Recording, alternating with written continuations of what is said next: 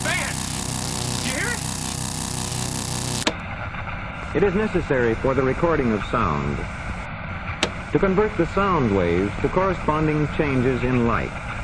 The sound waves produced by my voice are transmitted through the air to the microphone, where these sound waves are converted to changes in an electric current. These variations in the electric current are then amplified and used to control the light.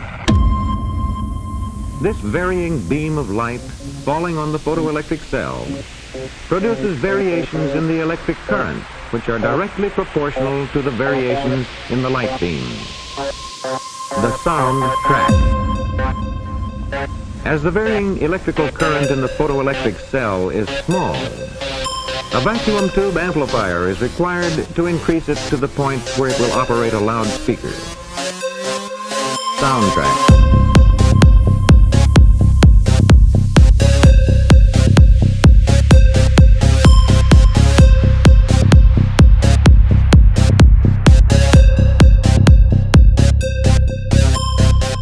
Hey everyone, welcome back to the Occult Rejects. Very, very excited this week to be putting out this episode. As you can already see, it will be the teachings of Gurdjieff. I don't know much about this topic myself. It is something that has come up in covering prior stuff, but I found it very interesting when I first came across it. And I am lucky enough to have back somebody that I had on my show that has plenty of experience with it. Today, I am also co-hosting with the one and the only magician, the elemental magician, synthetic psyop himself. What's going on, man? Thank you very much for coming back on with me. How are you? Great. Thank you for having me. This is a great part two. Really interested to hear what the guest has to say. Oh, definitely. And for the first time on the Occult Rejects, but it's the second time I'm having a conversation with this man, we are bringing back Lee from Inner Guardians. Lee, what is up? What's going on? Do you want to let everybody know where they can find your stuff? Sure, yeah. Thank you for having me on again. I've got the Inner Guardians YouTube channel, so you can find me on YouTube. I've got a website, innerguardians.com. That's one word, innerguardians.com. So all my contacts are on the website. It's probably the quickest and easiest way to contact me via the email on the website. Very nice. And all your links will be in the bottom as well. I do want to reiterate or mention again, he was on the NY Patriot show. If you have not heard that, I highly suggest to go back and check that out. That is on all major podcasts. It's on BitChute and YouTube as well.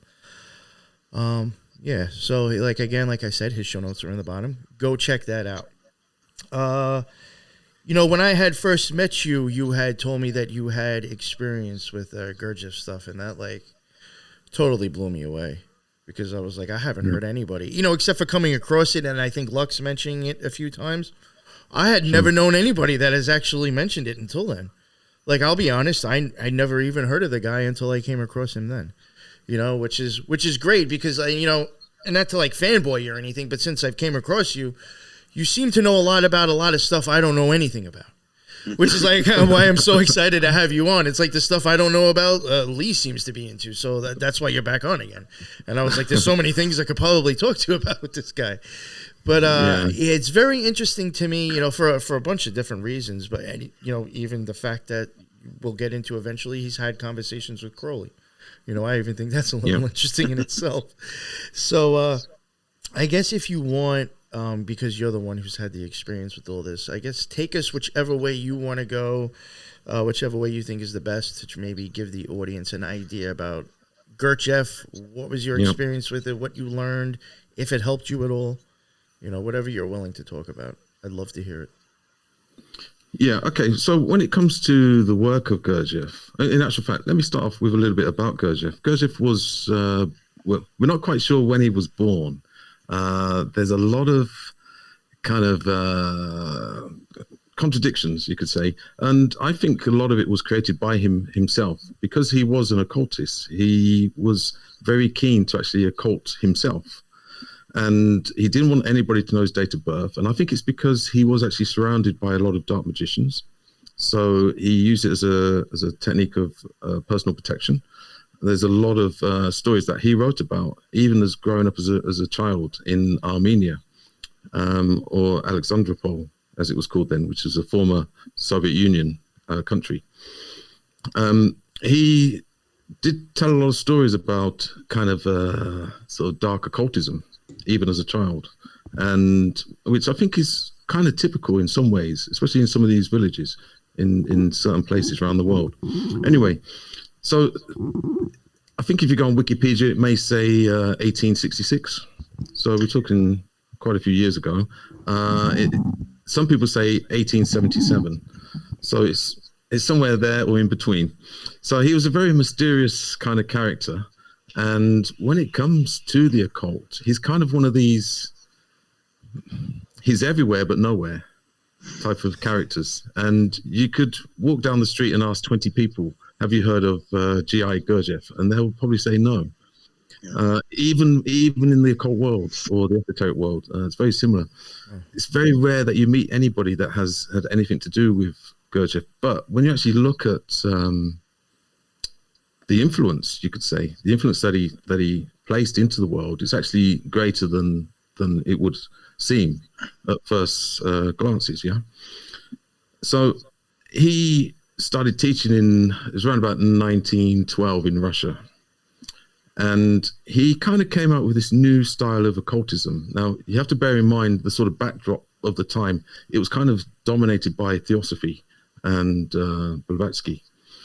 So, although he had nothing to do with Blavatsky, in fact, he really didn't like Blavatsky and the teaching. He considered her to be a psyop, literally from the get-go. Because... What do you think about that, actually? Not to take you off course, but what do you think about that opinion? For whatever reason, I've never really got too much into the teaching of Theosophy.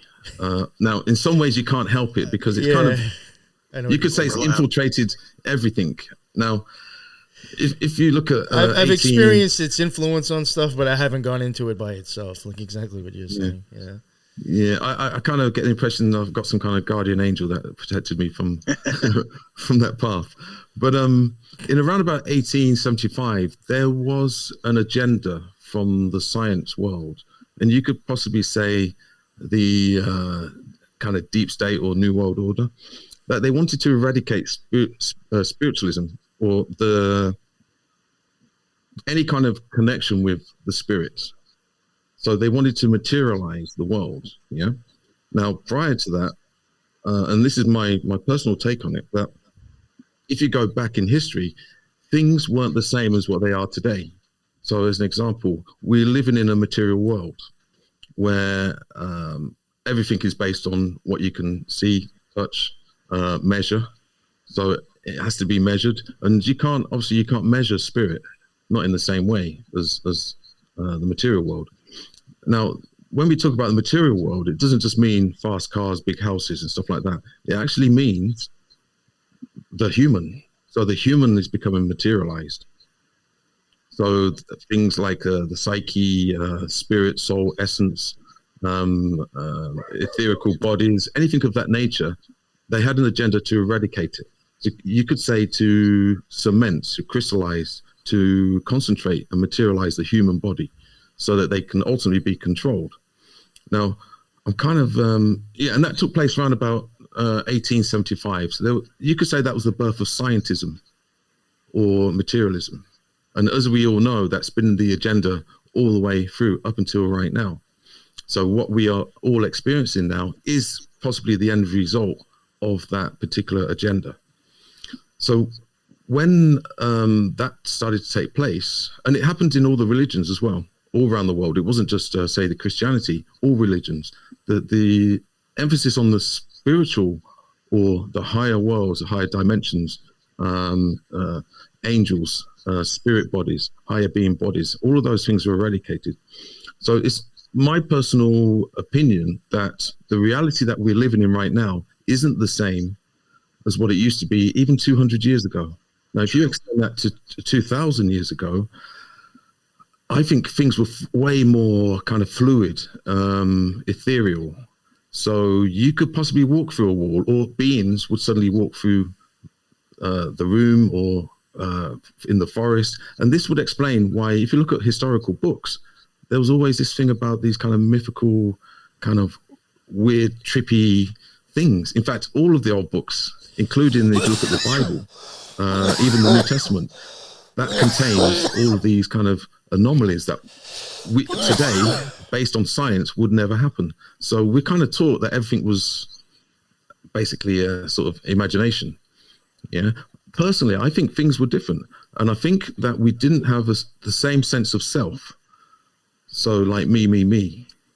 I think it was more about the community. It was more about like a type of hive mind, but for the right reasons, not the wrong reasons. And this would also explain how, if you look at even the pyramids, if you look at construction, if you look at architecture and the way things were created, they could really only have been done if you had a group of people acting as almost one consciousness. So I think part of the agenda, which I think we're kind of at the end of a particular agenda of you could say the division within humanity and the division within the human. So you could say the division is the taking away of the spirit, or the spiritual, or the notion of having a spirit or a spiritual world, spiritual life. And that's all part of this kind of scientism agenda, materialism. And I guess it's taken us to what you could say is the singularity. And I think once we say, in those behind the agenda, once we hit the singularity, it's almost like an artificial spiritual world where everything becomes ethereal again. Yeah, everything becomes non-physical. I agree. It could be spiritual, but it's under, you could say, instead of the creator or the source, it's an artificial version.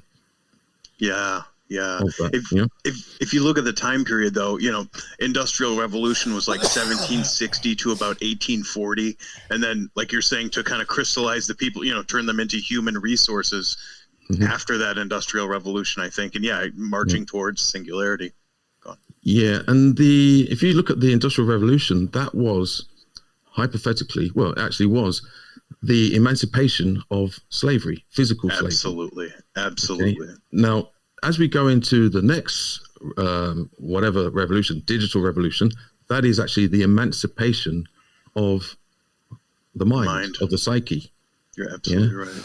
So going back to Gurdjieff, now way back then, Gurdjieff he became famous because he always used to describe humans and humanity as machines. Okay, now, which upset a lot of people. It kind of doesn't make sense, especially back then. Imagine describing people as being machines or automatons. Well, it's definitely fitting now. Yeah. So he's ahead of his time. My first encounter of Gurdjieff, and it was actually through reading a book on Carlos Castaneda's. His name came up, so I thought, I'm going to look into this. And there is a saying, especially with Gurdjieff's work, that you do not, or you cannot find Gurdjieff. Gurdjieff will find you. Yeah, so through some kind of synchronistic situations, you actually stumble across it. But what Gurdjieff would say is that you can only really get into his work, because his work does not appeal to everybody. His work is not for the faint-hearted. It's definitely not all love and light, quite the opposite. It can be very, very dark, because you have to kind of look at the worst aspects of humanity. It's almost like straight away you're doing the shadow work. It's the dark night of the soul.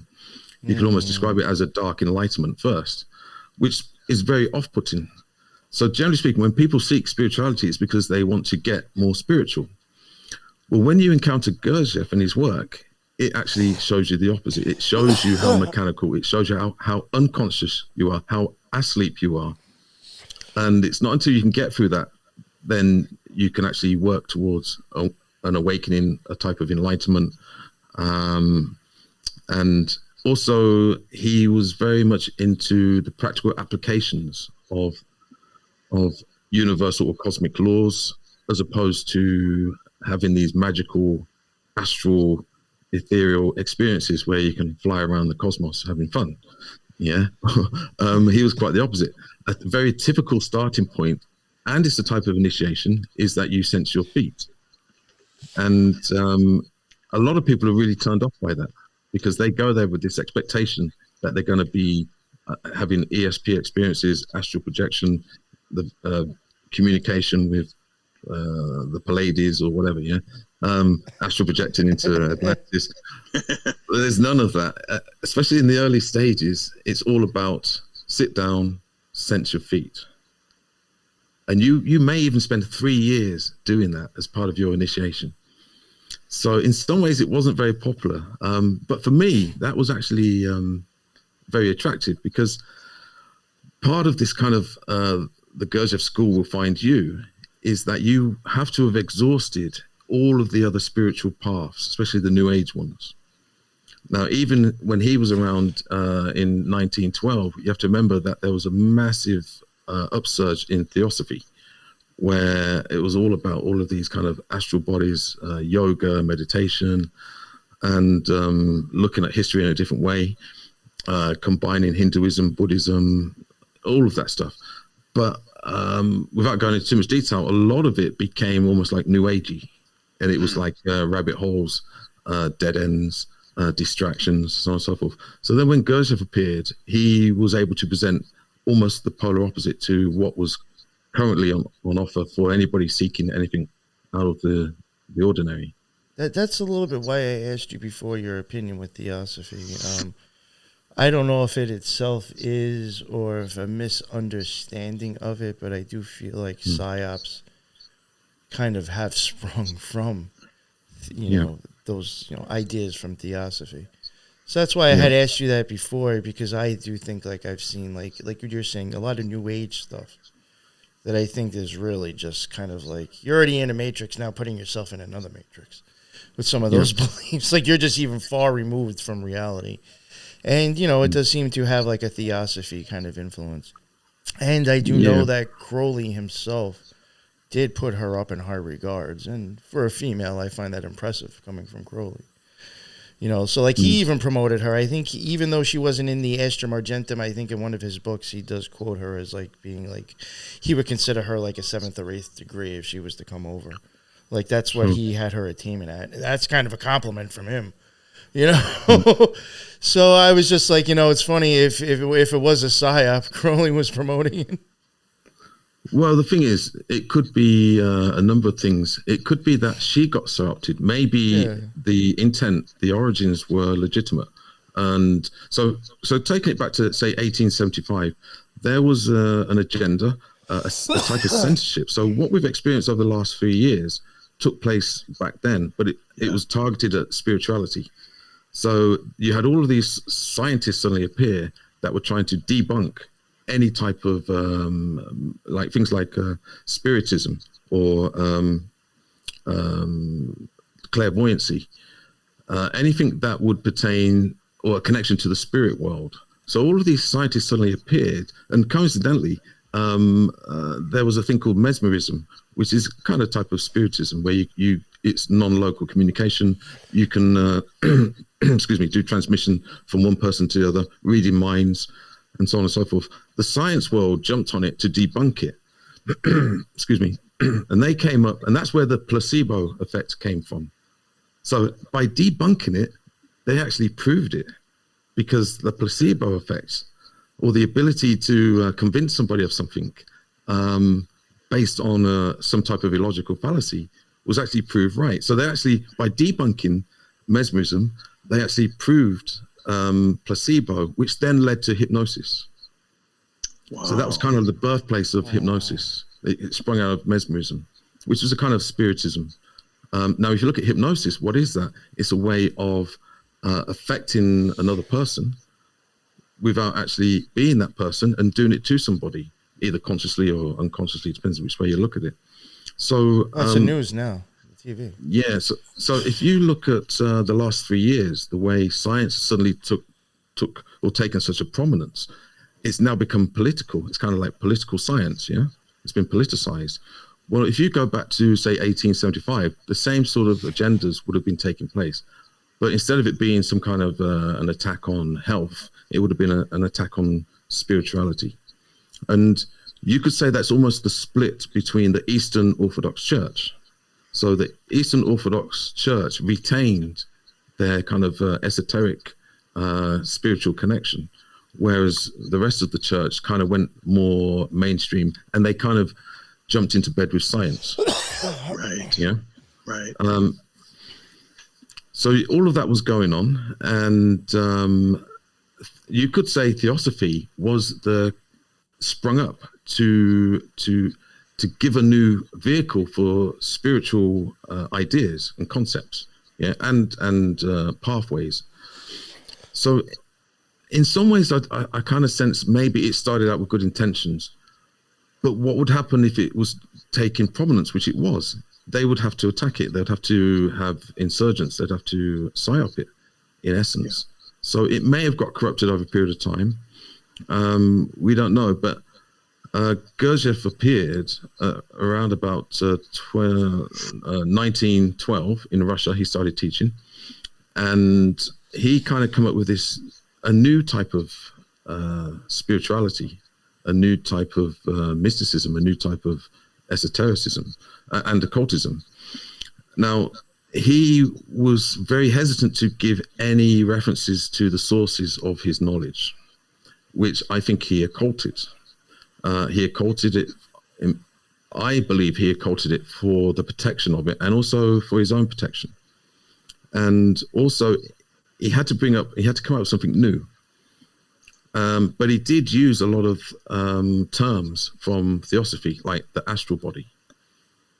He did have his own words, but he would generally run with words that were popular or current in those times, just out of convenience, I think, and it would make it easier for him to spread what he was teaching. But he did always say, and it does make sense. So he would come out with things like the ability to awaken is a type of resource or a substance within this realm. And it technically, not everybody can awaken simultaneously. So most traditions have this kind of belief that everybody can awaken. But because he described it as a type of substance of which it's not unlimited, there's a limited amount, the same with the knowledge, only a select few would actually be able to awaken using that particular substance or that particular knowledge, because he would be, I think, as a resource. Yeah. So, and he also basically said most human beings are in a waking sleep state, like a hypnosis. Yes. Yeah. That I have seen. Yeah. Yeah, and that's something that I'll go into, because even the work of Gurdjieff, I say even, it's kind of obvious. The work of Gurdjieff got psyopted. It almost got psyopted right from the get-go. So if you go off and Google the work of Gurdjieff, you're going to come up with loads of different variants and versions. I would say that the majority of it is psyopted, especially even from the mainstream Gurdjieff traditions and schools. That's why even when I did come across who this person was and his stuff, I didn't even feel comfortable trying to cover it myself, because there is so much contradiction on the internet. Yeah. I was like, I kind of like need to talk to somebody who's like actually done the work and knows the difference. You know what I'm saying? Because there's a huge difference between reading and doing the work, you know? Yeah. And I spent around about, nearly 30 years trying to figure out what part of it was psyopted, or because I don't think it was a psyop at all, but I think it did get psyopted because it had to be, because it was so good. Now, can you hear me okay? Oh, yes. Yeah, okay. I think there's a bit of buffering there. Right, so Gurdjieff said that humans are like machines. Okay, now, when I first heard that, it really appealed to me. For most people, it puts them off, because I always had this kind of suspicion that there was a certain mechanicality about life, about society being a system, and people were kind of like NPCs, or kind of zombified in some ways. And this is many, many years ago. So I kind of realized that humans do have the propensity to be like machines. Now, and this is the first psyop. So if you look at a lot of the Gurdjieff work, especially from Ouspensky, he says man is a machine. it's not man is a machine, it's man is like a machine. Okay, now the reason why I'm saying this is because this kind of brings us right back to the here and now, to the present moment of transhumanism. Yeah. Definitely. Yeah. So anyway, I'll go back to kind of my experience with Gurdjieff groups. So generally speaking, Gurdjieff groups don't advertise. They're very esoteric, they're very occulted, and like I say, they tend to view it that when you've developed a magnetic center, when you've exhausted all of the other spiritual paths, and you're almost like about to give up, if you've developed a magnetic center, then you may come into contact with the work. Okay, but not everybody. And Gurdjieff also said it's not the only way, it's not the only path, but it's for a particular type, or maybe those that have a particular magnetic center. So he never said this is the only way. He just said that this is a way for particular people. Now, he described that there's three ways. There's the way of the fakir, there's the way of the monk, and the way of the yogi. Okay, so what does that mean? So a fakir, for those who don't know, they're the sort of ascetics in India, that kind of self-torture. So they work with that. If they can kind of almost kill the body, that is their initiation to have some type of spiritual life. Yeah, by the control of the body, or by using a type of bravery. Yeah, and then you've got the way of the monk. So that's the way of devotion. You could say the way of the emotions.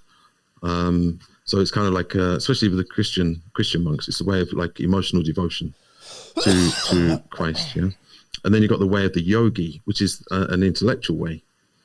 Of course, in yoga you use the body, but he's talking, I think, more about like a Raja yoga. So it's kind of the control of the mind. So you could say the fakir is the control of the body, the monk is the control of the emotions, and the yogi is the control of the intellect or the mind. Now, well, there's even a lot of, I mean, just in my opinion, and maybe you could even, agree with this. I even do think a lot of exercises associated with yoga, even down to breathing. Yeah, it helps the body, but I think it literally just goes back to your mind anyway. Yeah. Yeah. Well, if you look at most spiritual paths or traditions, they're normally one of those three. So what Gurdjieff said is that when you've exhausted those three and they haven't worked for you for whatever reason, then there's the fourth way. So this is where the term the fourth way comes from. So what he's saying in an occulted sense is that it's the unification of the body, the emotions, and the mind. So he described humans as a three-centered being. So body, emotions, and intellect. So he said that his way is the way of the fourth way. So it's a way that you can unify, harmonize all three simultaneously. But not only that you have to do it in ordinary life. And this was another thing that really appealed to me, because prior to meeting Gurdjieff's work, I would spend time traveling around the world, going to temples, meditation retreats, yoga, reading the Bible, so on and so forth. And none of them seemed to do it for me, especially just in isolation.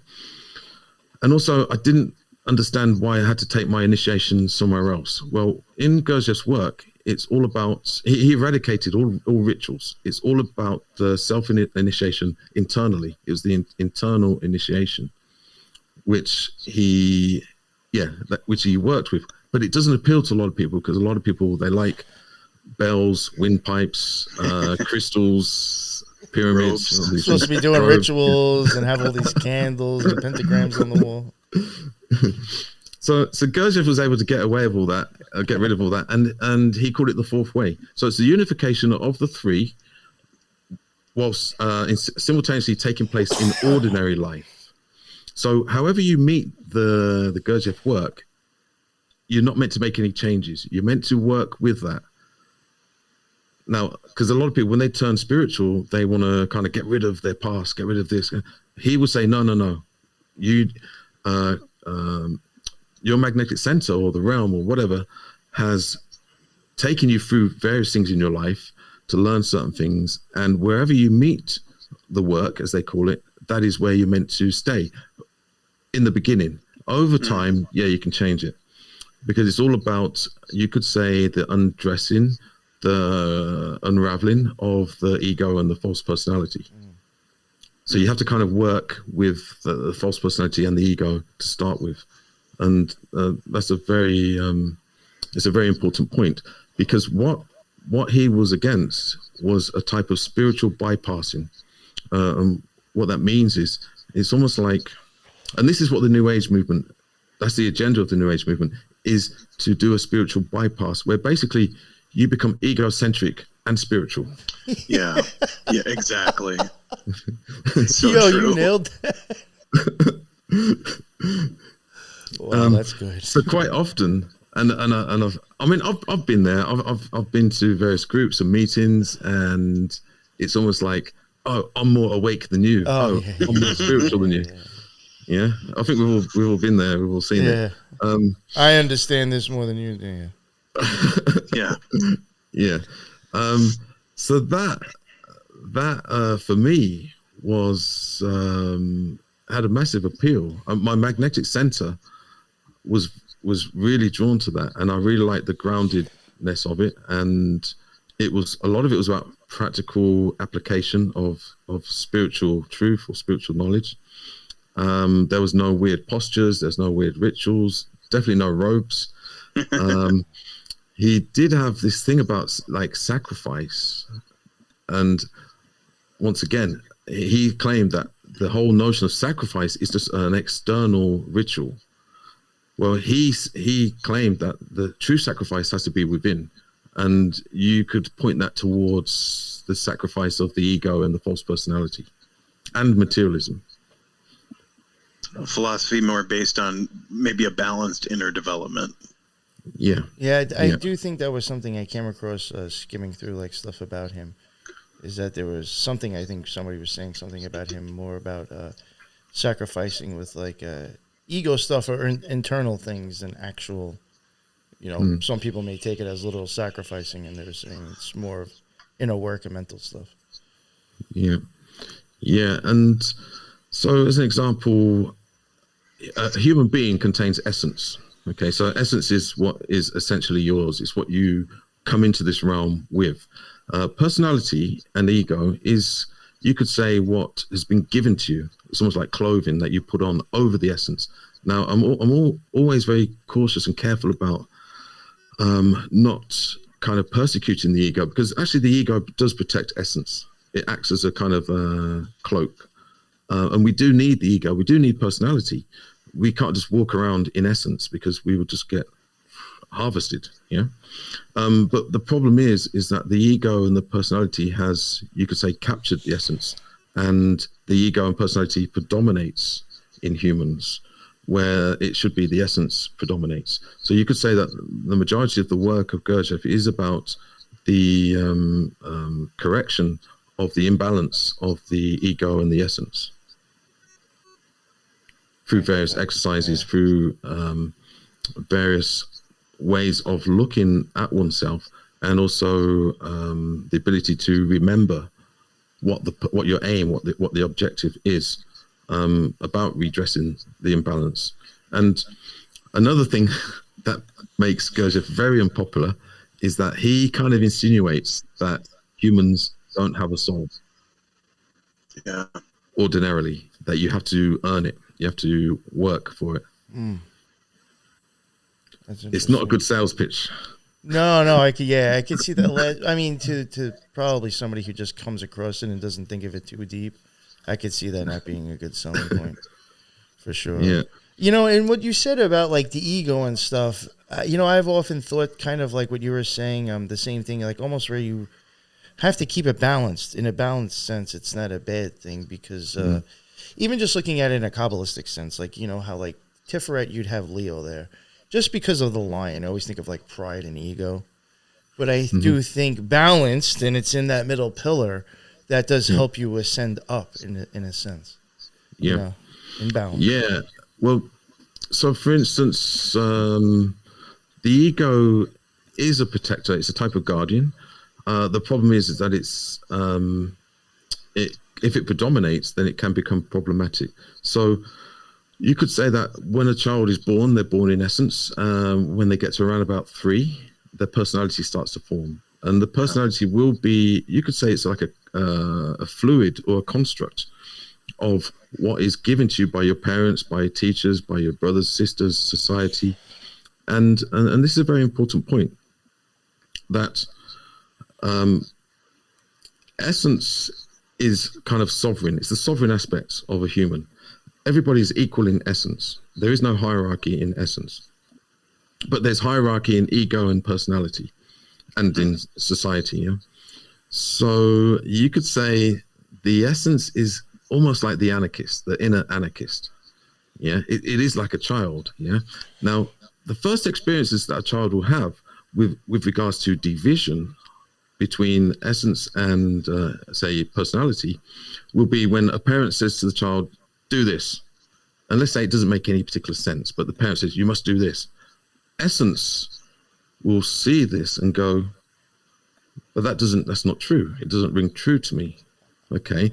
So, but the child has to do it because it's subservient to the authority, be it a parent or teacher. Yeah? So the child will use a personality to do it with, yeah, to do whatever the task that has been given. And over time, the personality builds, you could say, as a coping mechanism for the essence to exist in a world that keeps telling the essence what to do, even though the essence knows it's fundamentally maybe inaccurate or not correct, yeah, or even immoral. So everybody's exposed to this, and so therefore we form a personality. But the problem is, as you grow older, the essence kind of gets crushed by ego and personality. Now, you could say that the ego and the personality is the kind of programmable aspect of a human. So now we're talking about social science, yeah. Whereas the essence, you can't really program it because it's the eternal thread. It's the eternal aspect of a human, yeah. That is the gold of a human being. And so, for instance, this is why if you live in a society that is based on control, then you have to live in a society where the ego and personality, false personality, is inflated, because then it's easy to control. Yeah, that was really interesting. As you were saying that, I was totally picturing Tiferet and Chesed and Gomorrah, that whole, like, you were mentioning, a child, having a childlike, essence. Again, that's even like that's a symbol or an image that can be used for Tiferet. And you're talking about, like, being controlled. Well, that's exactly what you have. Chesed and Gomorrah, the red and blue, the law enforcement lights, telling us what to do, but we know it's not right because we're sitting there with our child, like, looking at the world as it is. But yet we got these two parents up here telling us what to do, and we know it's bullshit. Yeah. So, like, either we go down and listen to them, or we just keep going with our own senses and go straight up and past them to the source herself, I guess. Yeah, and so you could say that is the first division within a human. So ego or personality and essence, and there has to be a compromise. And in order to exist or to live in ordinary life, we sacrifice the essence. That's what gets suppressed, and then the ego gets inflated. So we're living in a kind of egocentric world, and we are rewarded for being egocentric. We're not rewarded for being essence-centered. Yeah. Yeah. Oh, that's where the whole social justice warrior thing comes into play. That's not you're not doing that because you really care about the other person. You're doing it because you want everybody else to think you're nice. It's just to inflate your own ego, to think that you stand for something nice. Yeah. Even in corporate America, that's who becomes the managers. The ones that are the most domineering and maybe the most conniving. They become promoted, where the hard workers kind of stay down. The one who's made everybody think they actually give two shits about him gets promoted. Doesn't mean they actually do. Exactly. and this was quite possibly why Gurdjieff's work is not as popular as it could be, because he was centered more in the essence rather than the ego. So he spent a lot of time or investing in being non-egocentric. If you're trying to help people spiritually and there's no gain for them monetarily, it's very hard to sell that too. I think. I hate to say it. Yeah. You know, in a sense, for most humans, I think it's hard to sell something like that. So regarding so you could say that it was about the development or redevelopment of essence. In fact, it's the redevelopment of the harmony or being a harmonious human. So it's getting everything back into balance, because we don't completely kill the ego, but we, or the individual, the essence, gets to program the ego. So the ego works for the essence, not vice versa. So there's a big difference. The ego and personality is very useful. You could almost say that is the machine, that is the automaton. Yeah. But you don't want the automaton or the machine running the show over essence. It's really interesting. Yeah, I could see that, because, like I would even say, like, well, the personality is. I could see that as when you start having idea of self and conscious of self, you start throwing all these labels onto you, then, which starts to kind of self-program you as like, well, if I'm calling myself this, then I am supposed to act like this. I'm supposed to think like this. I'm supposed to do this. So I could see it's almost like a machine programming itself from options that it's being given. Yeah. To choose from. Yeah, and so a lot of the exercise is all about having enough intention, attention, and will to overpower the personality and the ego. And why he stressed the importance of consciousness so much, probably. Yeah. Well, he actually, and this is another kind of part of one of the psyops. Like I say, I've spent around about 30 years. I'm not alone. There's been various other people that have been digging into the Gurdjieff stuff, and where maybe some of the psyops crept in, because there are certain things that don't make sense. It doesn't add up. See, what you have to remember is, excuse me, Gurdjieff didn't write many books, especially in the early days. He didn't write any books. It was all based on lectures. Letters, yeah. Yeah, it was all based on meetings. So people would transcribe in different languages, and then it would be translated. So there was probably a lot of things lost in translation quite innocently. Yeah. But there was definitely some psyops. But majority of the work, or the majority of the books that you read about the work of Gurdjieff, will not be from Gurdjieff himself. Right. It's a copy of a copy based on old letters. Absolutely. And it is such a ground floor type of philosophy. There's a quote I remember. It's, if you meditate and the devil comes, make the devil meditate. It's just so baseline, ground floor, what is type of philosophy. What do you think about the methods, what he calls the work, the essence of training and development of consciousness? Okay, well, the first thing is that you have to have a particular language, because he recognized, and he was very clear about it, that a lot of our languages has been psyopted. Yeah, so corrupted. It was like the confusion of tongues or of language. Yeah. So when one person says one thing, it means something to somebody else. So, like the story of Tower of Babel. And that's like a psychological operation, that there's no communication. So the language was very important. And so, for instance, maybe the first 3 years, if you were to study Gurdjieff officially, you would concentrate on things like sensing your feet and having a clear understanding of the language and the laws associated with the language. So he tried his best not to create any associations to any type of bias. So when he would talk about God, he would use the term the absolute. He generally didn't.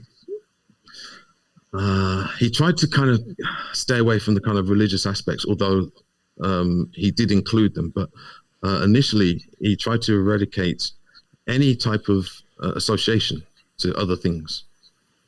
Okay. Now, personally, I think that what he was able to tap into, and I think he did it directly more than going under a master or going under mystery schools. I think he was able to access knowledge from higher worlds directly.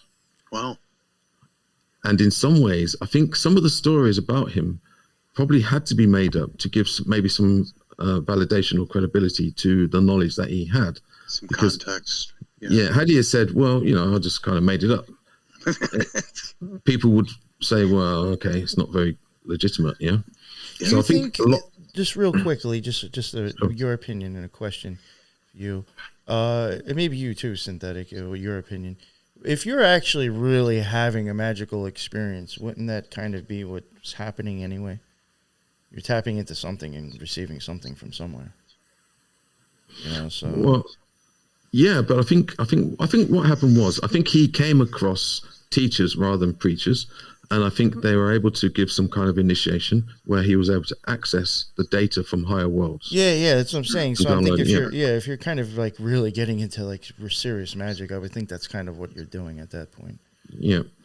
And the kind of story is that when civilizations go through a decline, especially when there's wars, because what you have to remember is in Gurdjieff's life, he went through World War I, World War II, Russian revolutions.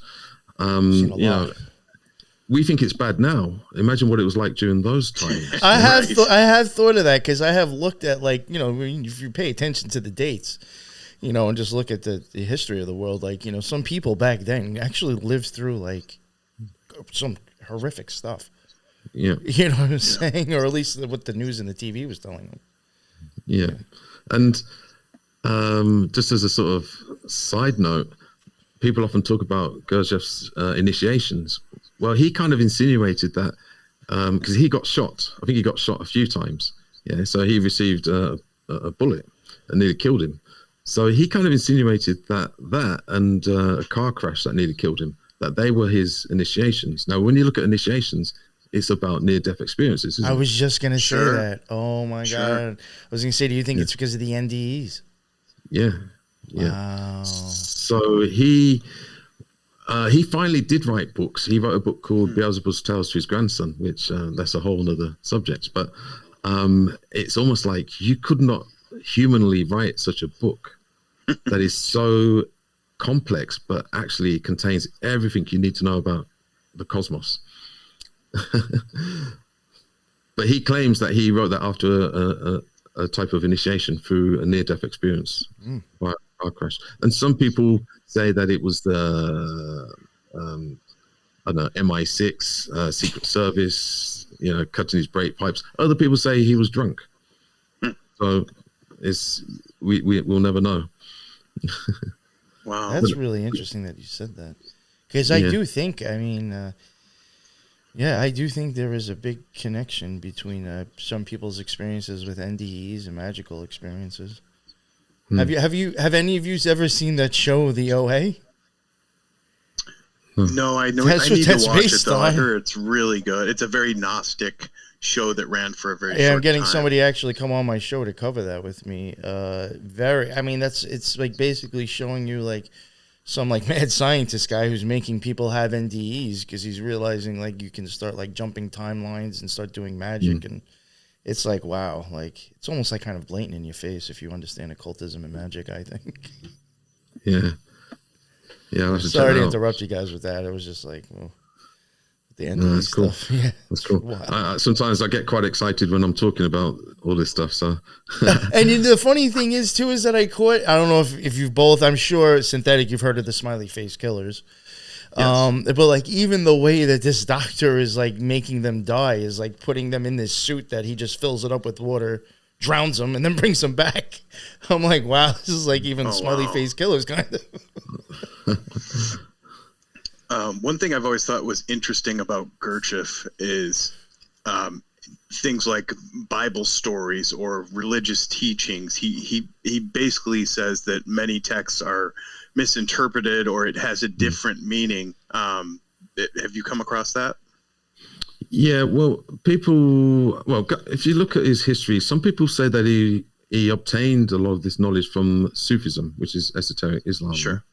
Others say that it's from mainly Eastern Orthodox Christianity. So there was a brotherhood called the Samoon Brotherhood. Now, it's kind of like, is it a myth? Is it historical? There's many different versions of this story, but he was able to find, apparently, this brotherhood, and I think he spent around about 3 years there, and it took him at least a year before they let him in, and then they initiated him, and he was able to download a lot of stuff. Now, very similar to Rudolf Steiner, where Rudolf Steiner, he kind of breaks down a lot of, say the Bible, the Christian Bible, but he breaks it down in terms of the metaphysical or the ethereal or the astral. So a lot of it's all about kind of like spiritualism, rather than kind of literal or in a materialistic sense. So, for instance, when we look at religious books like Here and Now, we tend to look at it through the eyes of materialism. So, could this possibly have happened? Well, it couldn't happen now, so it didn't happen then. Well, when you kind of look at, like we said earlier about history going back, that it was more fluid, it was more spiritual. Strange anomalies could happen. Maybe the laws of this realm were slightly adjusted. Maybe there was less laws. Maybe people could suddenly have appearances and disappear. Maybe people could astral project, astral travel. Maybe clairvoyancy was the norm. When you layer that onto, say, the New Testament, and also if you look at the New Testament as a secret society or a type of brotherhood or esoteric school or group, things make a lot more sense. In fact, it makes a lot of sense. Even with the initiations, because traditionally initiations, you have 12 and then the 13th person is being initiated. They're taken to beyond the veil, near-death experience, the resurrection and all of these things. Now, I always remember, because I was brought up a Christian, I always remember the story of Jesus visiting the disciples after the crucifixion. And because I was exposed to astral projection from a very young age, from the age of 8, as soon as I read that, I immediately thought, this is like astral projection. It's kind of like a non-local higher being body being able to visit in some kind of higher being body.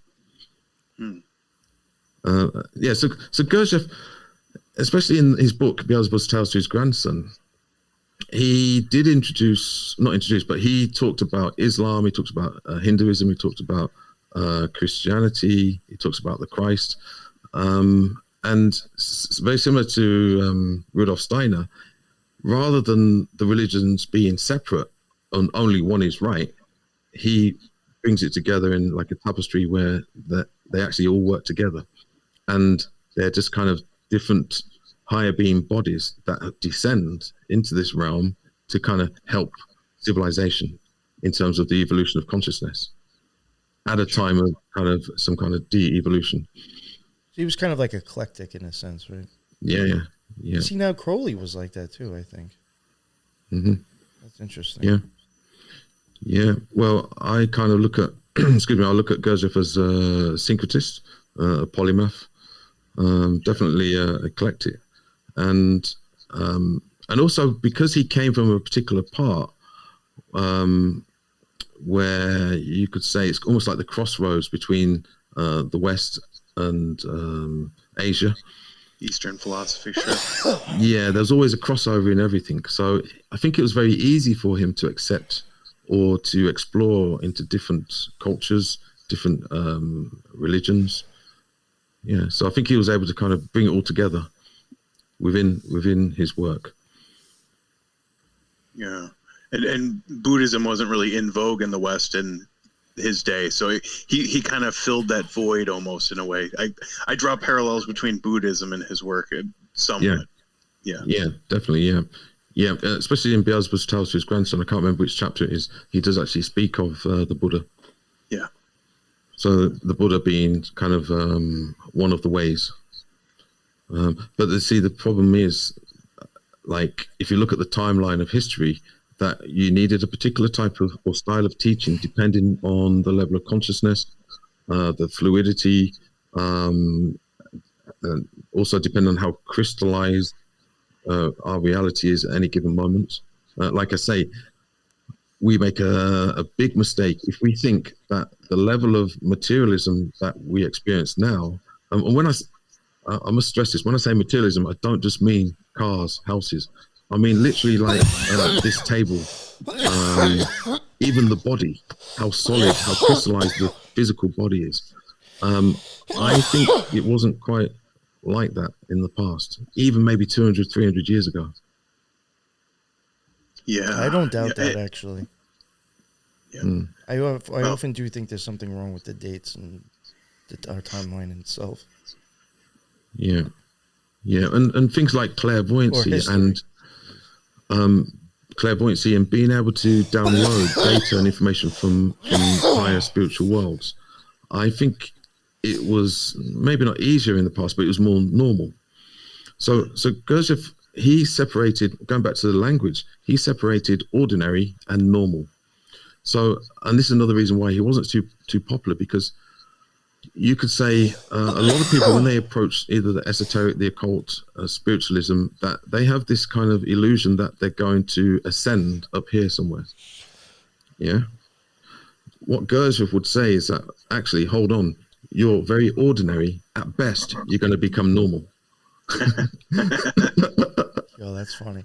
That's pretty funny. Yeah. That's great. Yeah. But for me, I was very attracted to that, because I could kind of sense that there was definitely a very, especially with myself, I was very ordinary, and the people around me were very ordinary, and even people that claimed to be super spiritual actually were very ordinary. Yeah, I get that. Yeah, very much so. Yeah, so he would use the term ordinary or normal or natural. So he kind of saw human beings as being creatures that were living way below their natural level, as it should be, and they weren't getting the results that they that should be available to humans. And you can kind of see that, if you look around, like we are the problem. Humans are the problem. You nailed it right there, for sure. No, I agree with that, though. I think we're very, we don't know our true potential at all. Yeah. So he, in his teaching, he would address the problem that human beings, the ego predominates. That needs to be corrected. So the ego needs to be not killed, but at least put to one side. The essence needs to be allowed to expand. So when you're looking at Gurdjieff groups, it's very straightforward. You have a room of people, maybe about 12 people, and you create like a sacred space for the opportunity for the ego to drop or surrender and the essence to then appear. And at that point, you will experience almost a different version of reality, because your kind of organs of perception will be, you're using, you could say, extended or different organs of perception, as opposed to the ordinary. So you would be actually living in kind of your full potential, in essence. Yeah. And then you get to share it with other people in the group. There was no magic rituals. There was, like I say, there's no robes. There's not even candles. At least it's cheap to get into. Well, actually, on that point, Gurdjieff did have this thing. He said that you have to place, there has to be a cost. If you give it for free, then it decreases in value. So he was quite particular that nothing is free. Nothing is for free. Something has to be paid for at some point, even if you're paying attention. So that's a classic term that is used. Yeah. Even if you've got no money, at least pay attention. I like that, actually. I do like that. Yeah. Paying time and attention spent. Yeah. Would you say that his method, if you will, is sort of a shortcut to development?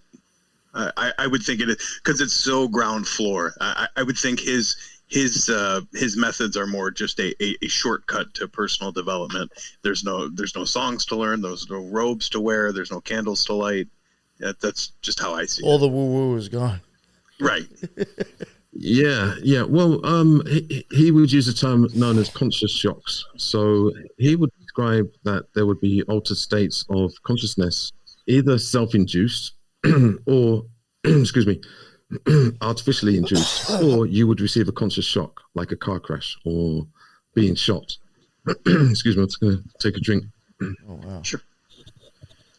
You know what I wanted to ask, and I don't know if I'm like jumping too far ahead or anything, but does he have like any stuff that comes into music and sound being used, like you said, artificially?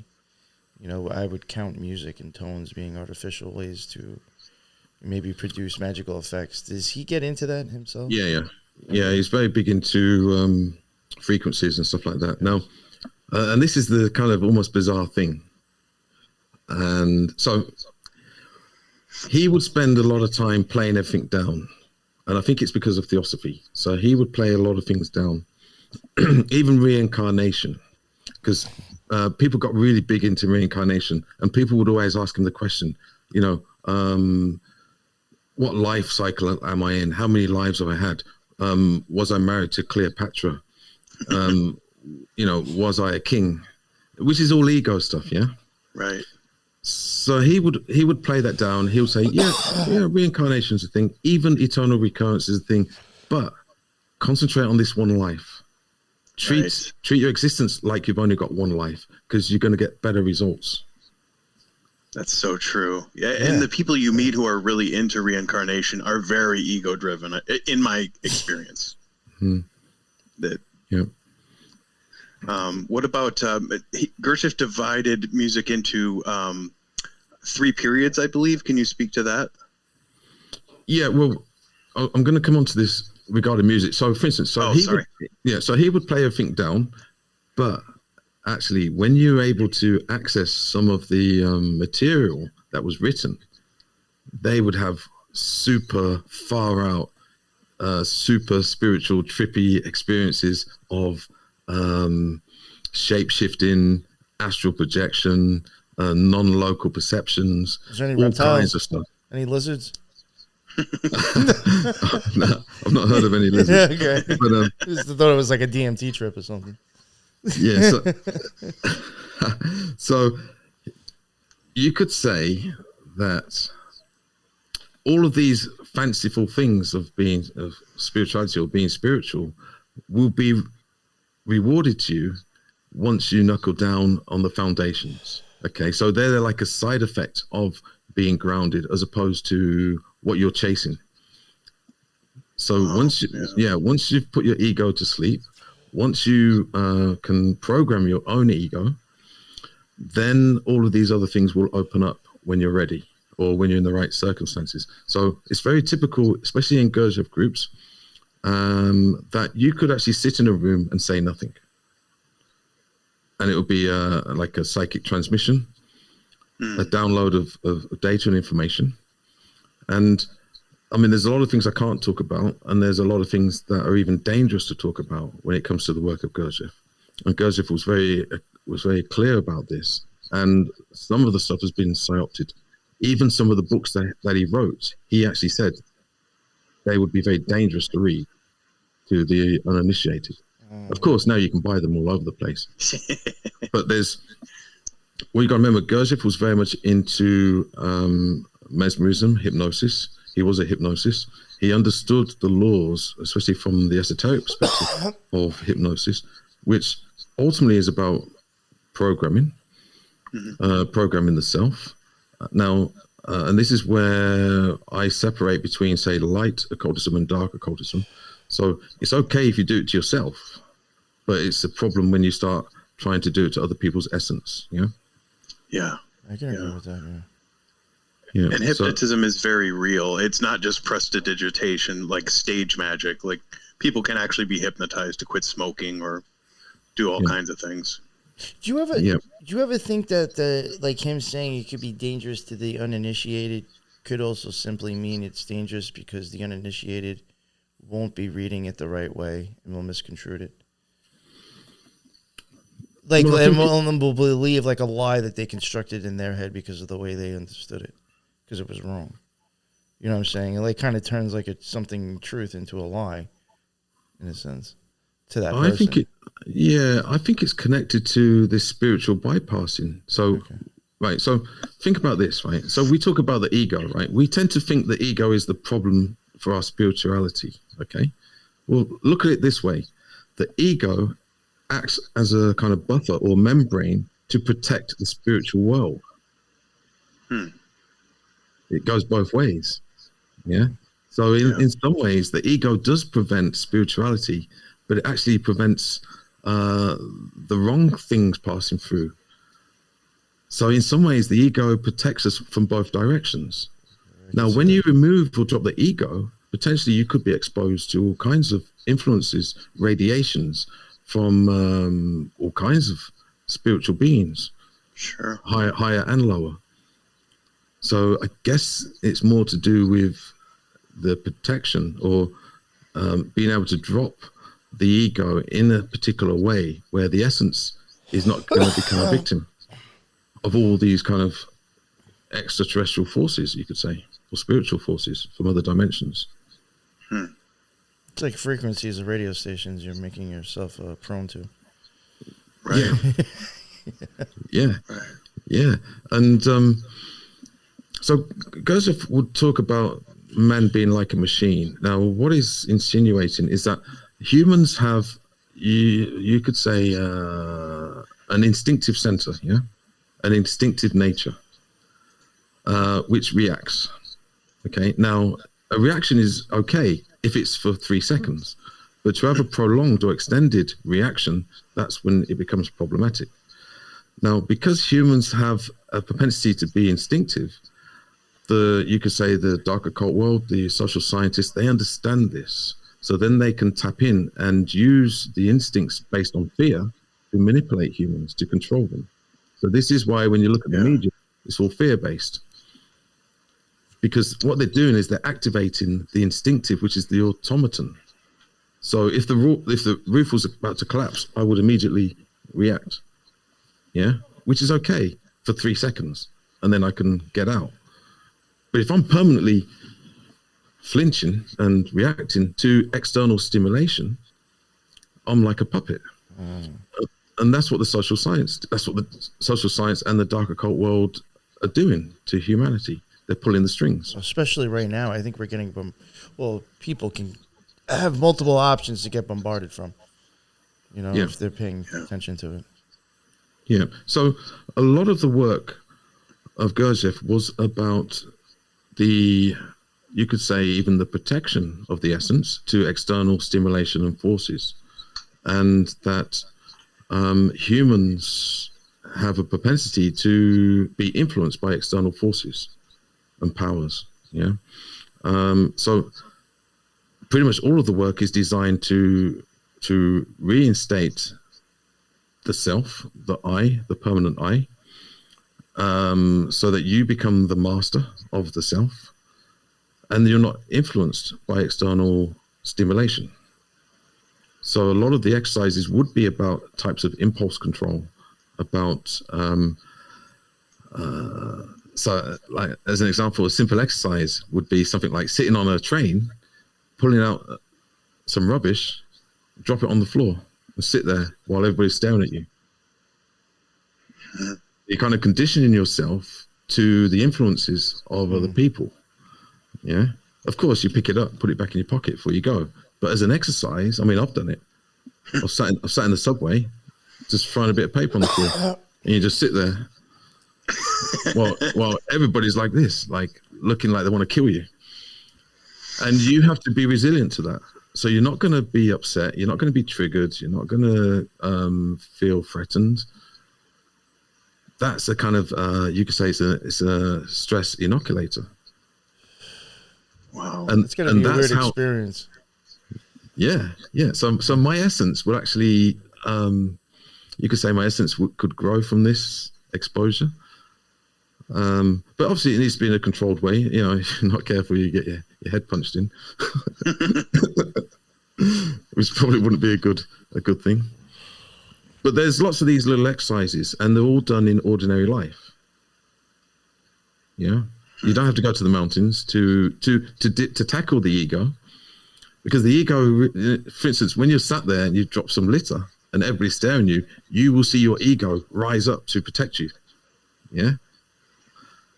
Well, you get to see the beast. You get to see the machine. boom. That's a really good way to say it. Yeah. And then that beast has to be sacrificed at some point. Absolutely. So you could say that's like an initiation. It could even be a near-death situation. So it's kind of like not inner considering. So that would be described as a exercise known as inner considering. Yeah. So we play around with these things, and you can experiment. You know, you can play around with these exercises. But most of all, if I start to explain some of the laws that Gurdjieff brought forward. So if we start off with the law of three, and these are very important because it kind of lays down the first principles of reality, seeing reality as it truly is. Okay, so the law of three, which basically means that there's three forces, there's three predominant forces. So you've got your positive, you've got your negative, and the neutral, or the affirming, the denying, and the reconciling. So you could actually use this in terms of our cosmology. You could say the sun is positive, the moon is negative, the earth is neutral or natural. Yeah, and that gives you your triangle.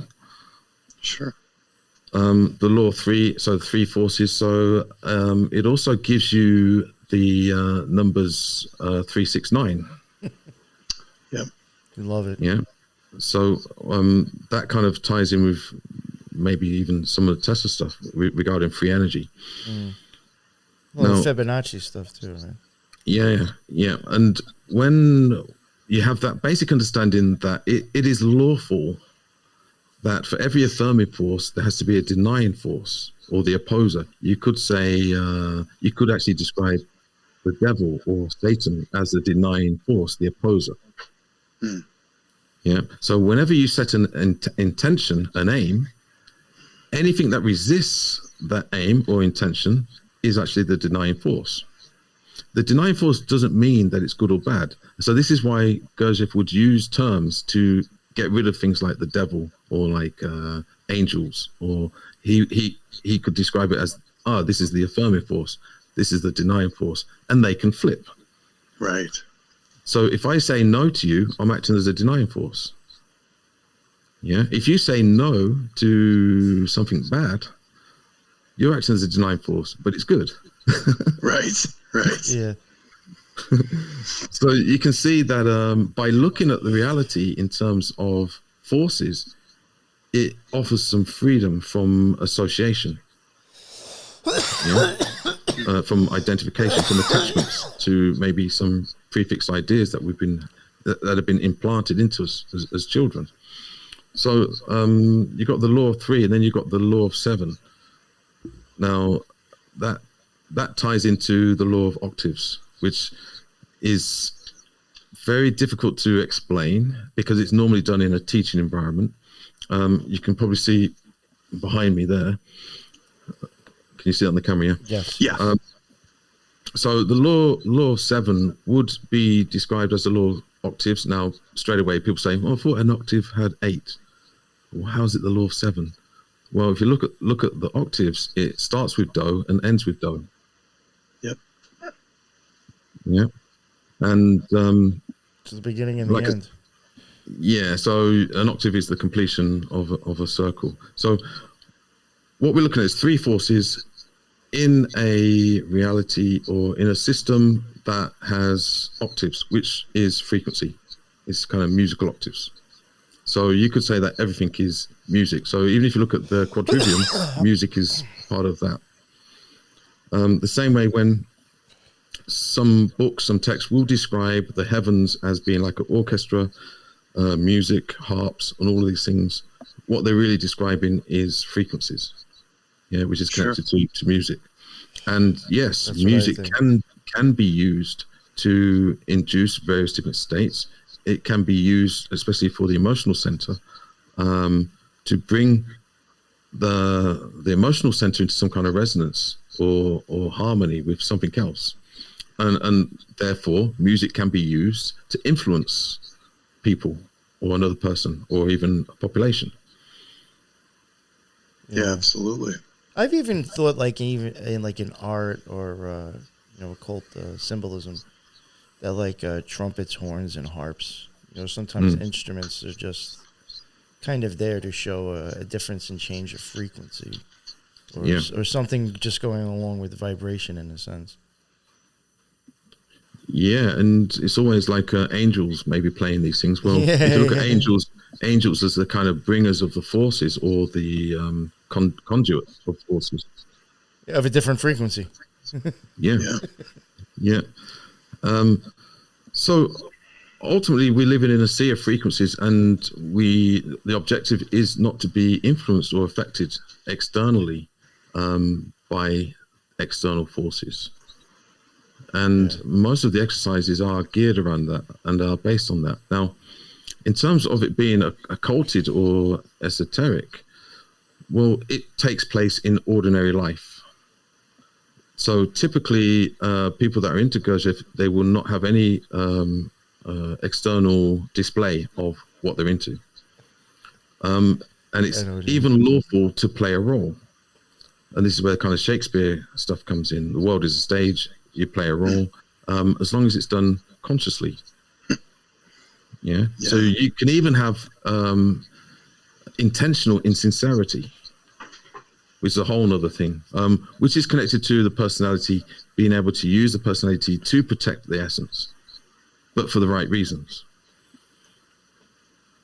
So you could say it's kind of like a type of protection. And this is why I think even Gurdjieff built up a lot of kind of disinformation about himself and about the work to protect it.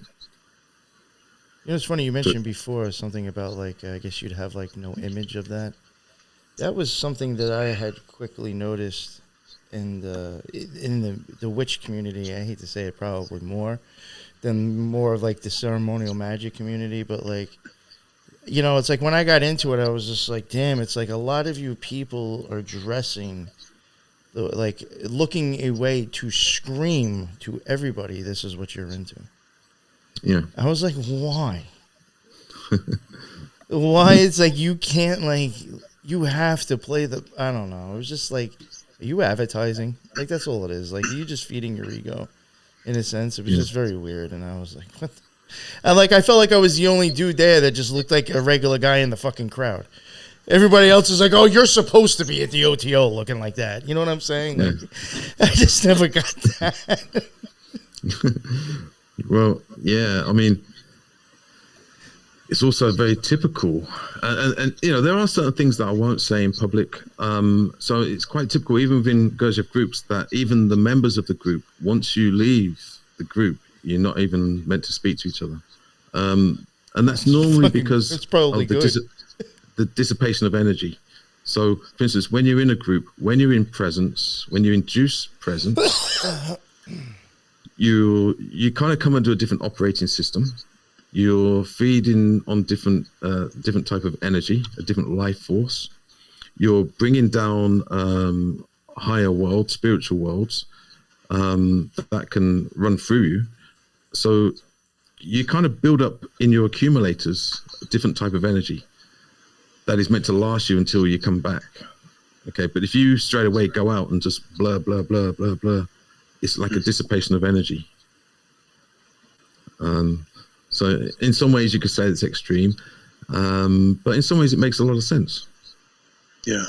No, I do understand. I could see benefits to that. I mean, listen, unless somebody's like taking advantage of the members,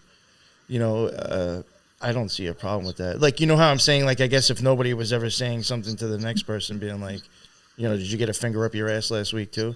You know what I'm saying? Like, you would never know that's going on, but as long as that kind of weird shit is left out of it and is really just teaching, I honestly see benefits in the fact of not talking to other people because, like, listen, you can talk to somebody, they may be misunderstood and say something to you, and then that sounds appealing. You get, whatever. I think it might be better off to make it much more personal and not what somebody else told you what they thought they were getting out of it.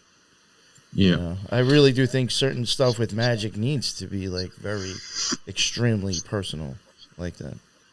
Where you can't be asking somebody else, what am I supposed to do? You got to Yeah, figure that exactly, shit out on yeah. yourself. Yeah. Well, that brings me on to a very good point with regards to the system. So Gurdjieff's work is also known as the system or the fourth way. So there's always this emphasis on the individual to struggle. It's not about just being given information, like being programmed by external people and so on and so forth. It is about self-initiation. Why? Well, the way that Gurdjieff would describe it is that we are self-developing organisms, quite possibly the only species that is a self-developing organism within this realm, okay, or within the context of this realm. Now, straight away we think self-development. Actually, think about it again. Self-developing organisms, right? So let's extend that out. That's like So biological AI to me. Well, if we are self-developing organisms, that means that we cannot receive development externally. Okay. Now think carefully about this, right? Think of the consequences, what this means. This is exactly why we live in a mystery. This is why there is a veil. This is why we don't know. And we're not meant to know. Why? Because if it was given to us, if we knew the heavens, if we knew the purpose of life even, we would stop being self-developing beings or organisms. So we have to kind of be in the dark. We can't be spoon-fed. We can't be told. Because that's part of the mechanism. I agree with now, that, yeah. Once you realize that, it's almost like you will experience a sense of freedom, because we all have this kind of drive to want to know the meaning of existence. What happens after death? Why am I here? What is the purpose of the cosmos? Yeah. Well, once you realize that that is built into this system, because we are self-developing organisms. So we have to self-develop. So therefore we have to be in the dark. Wow. Yeah. And that's quite empowering to realize that, because we see lack of knowledge as a sign of weakness ordinarily. Yeah. But actually it's meant to be that way. I agree. The absolute, the source, the creator, whatever description you want to give, the architect or whatever, we find ourselves in this system where we don't know, but it's okay to not know everything. In time, we may find out when it's right, but what we need to concentrate is on the self-developing organism of the self. And we do that just by being present. So we don't need to chase things. We don't need to, you could say, like, when you're in presence, when you can drop the ego, when your essence can predominate, and you're in that kind of you could say singularity, the ray of creation, then everything will come to you. Everything will happen. The transformation can take place. Because, and this is another thing that Gurdjieff, and this is one of the psyops. So, for instance, Ouspensky said that you can develop yourself by struggle. Yeah. So he was big into getting his students to struggle. The more that you struggle, the greater you become. Okay. Well, that's not necessarily true, because that's kind of you could say almost the ego. Right. Now, and you'll understand when I say this. You could almost say that the ultimate initiation or the ultimate sacrifice is the surrender, is that point where you accept that you don't know. That is almost the final interval in the octave, where you almost submit to creation. Which sounds like a contradiction, because it's all about will, it's all about intent, it's all about attention. Yeah, it's all about this kind of like, you got to smash your way into the spiritual world. But there comes a point where, and you could say this is a type of push-pull. So we can push, and at some point we're pulled into a higher spiritual worlds, which is also described in the octave. So you probably can't see it very well, but if you look at the circle, so when you're descending on the circle, it's kind of easy in some ways, because you could say that is the affirming force, yeah, pushing you. Well, when you come up to this side, it's going to be difficult to get back up to the completion, yeah. So at some point of the interval, you surrender, and you're kind of almost gifted. And the Lord's Prayer actually fits in perfectly to that. I've got it written down here. I was going to ask you, what is that? Did you ask me about sort of maybe religious aspects? Well, if you look at the Lord's Prayer, or because obviously it's been kind of corrupted a little bit, so the Lord's Prayer would be at point number 1, Our Father in heaven. Number 2, may your name be held holy. And then in the interval, your kingdom come. Your will be done on earth in heaven. And then now we're coming round to here, to number 5, give us today our daily bread. You know, give us. It's like you're asking, you know, in a prayer. And forgive us our debts, as we forgive others who have debted against us, which will be the interval. Now, if you think about that, so even that, you know, forgive us our debts as we forgive others, that's almost like the ultimate surrender. Yeah. Yeah. And only when you can do that, then you'll be pulled up. And do not put us to the test, but save us from evil, or protect us from evil. So then you start to be pulled up away from evil, away from the denying force. What's the last part? Yeah, so if we forgive others, the Heavenly Father or the heavens will forgive us. Yeah, and that takes you could say, takes you to heaven or to higher spiritual worlds. Wow. So you could say the Lord's Prayer is very esoteric. And you could probably use this with the Kabbalah. I mean, I don't know, but I'm sure. Yeah, I'm sure there's ways of. This is very similar to the Kabbalah. Some say it's from Pythagoras. Even this is unknown. Gurdjieff didn't actually stipulate exactly where he got it from. Others have postulated that Gurdjieff never finished it. He only downloaded certain parts of it. So I tend to look at things, and I was actually taught in this way, that things are a work in progress. So it's not always good, and it takes us back to the mystery. It's not always good to say, yeah, I know it's this, I know it's that, because that actually can shut you down. It becomes egocentric. It's egocentric to want to know everything or to control knowledge, yeah? So in some ways, to kind of sit there and almost allow it to manifest or appear is probably the highest kind of spirituality. I don't know if that makes sense. Definitely. Yeah, very much so. I mean, can you see many correlations with, say, the Kabbalah with regards to this, or Tree of Life? And with the, I mean, with this, I was wondering, like, if the spheres in the part of the tree are, like, representative of some of those tones.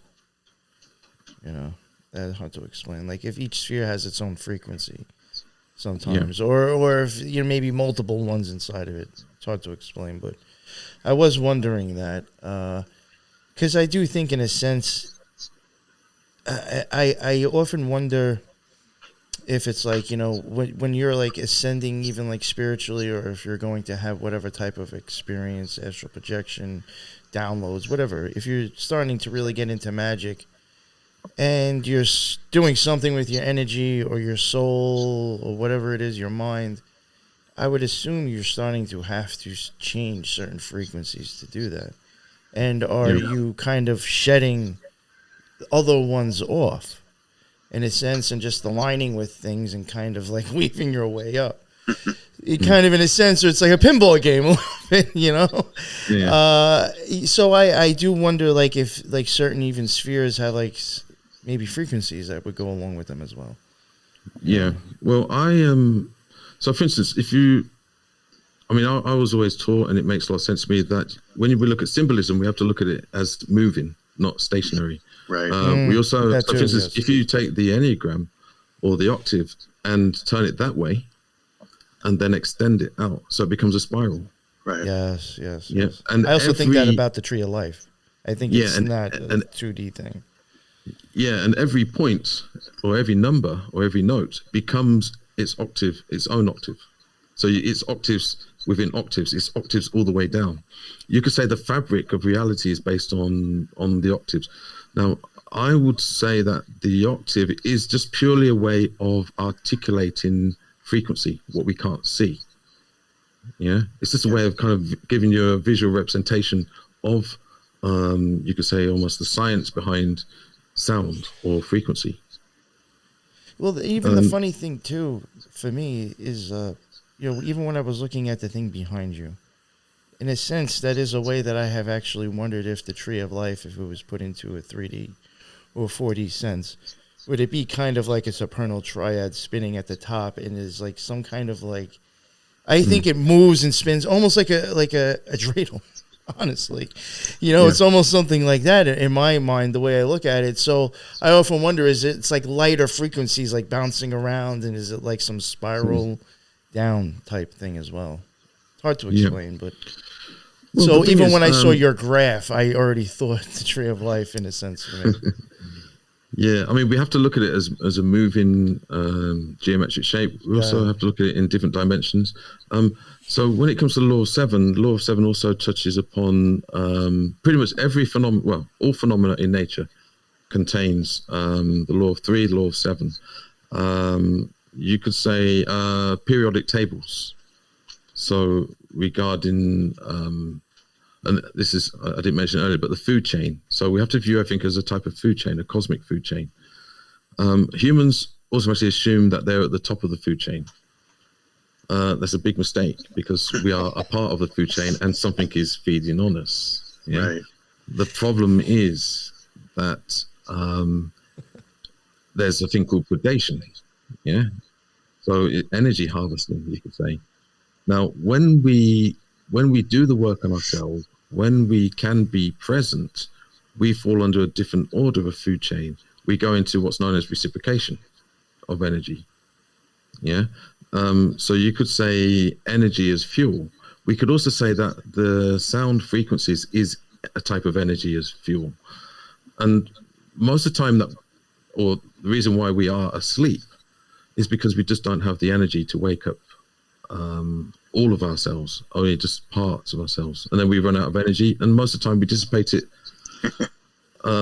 unwittingly, and there's plenty of mechanisms available to take our energy from us. The law of seven being kind of the first of the cosmic laws used to explain the entire process. Yeah, you could say, because then you go into the food chain or the hydrogens. So we're talking like carbons and stuff like that, it gets very complicated, but it does correlate with modern day science. Have you ever thought, and this was even a thing that I thought of, with Kabbalah and I guess planetary magic when you got into this. You're talking about the law of seven and stuff like that. Did you ever think that might have something to do with like planetary influences, or maybe like even the spheres that the planetary planets would fall on with the Hermetic Kabbalah? When you start adding the planets to those, could that even be talking about those spheres, which would fall under the supernal triad? In a sense. Definitely, without a doubt. So as an example, and this is another reason why Gurdjieff work is not popular. So if you look at, say, the ray of creation, as it's called, you could say that we are at the periphery of, we're at the end of the ray of creation. So there's only one stop worse than this place, and that's the moon. Ah. Okay. that's not very appealing. So if you look at even if you just look at in terms of cosmology of a branch or an extension of creation, we're only one place worse than the moon. The moon is the end. It's like the abyss almost. Yeah. So that's not very appealing to people. Because although I tend to be optimistic, it could be worse. We could actually be food for the moon, which is a term commonly used, food for the moon. So what does that mean? And it's important to get the gist of Gurdjieff's work. You kind of have to, there's a lot of things that you have to kind of get the gist of. So as part of the food chain, something has to feed the moon. It's lawful. Everything has to be fed. In the end, nothing goes to waste. So humans are described as this. So humans are not the center of creation, but they're kind of at service to creation. So humans are a part of creation, and nature will bring us up to a certain point. And if we choose not to transfer into self-developing organisms, we stay as we are. There is absolutely no urgency to explore higher spiritual worlds, to do any work on yourself. You can literally just live your life, go with the system, go with a plan, pay your tax, retire, and die. And nature doesn't care because it's neutral. Okay. Now, for those people that, for whatever reason, do this, ultimately they become energetic food for the moon. Now, whether it's literal, whether it's talking pure energetic, it's up for speculation. But everything needs to be fed. Now, the problem is that because we're living in a food chain, we have predation. You have predator prey. The idea is to kind of get out of that kind of system and to place yourself into reciprocation with the cosmos, ultimately. So any effort towards awakening, any effort towards being a self-developing organism, you will get paid back. It may not be tomorrow. It may take 100 years. It may take 1,000 years. It may take 1,000,000 years. But it's like an investment that you will always get back because it falls under the law of reciprocation. So, for instance, let's say this realm is a consciousness incubator or experiment. How would you grow consciousness?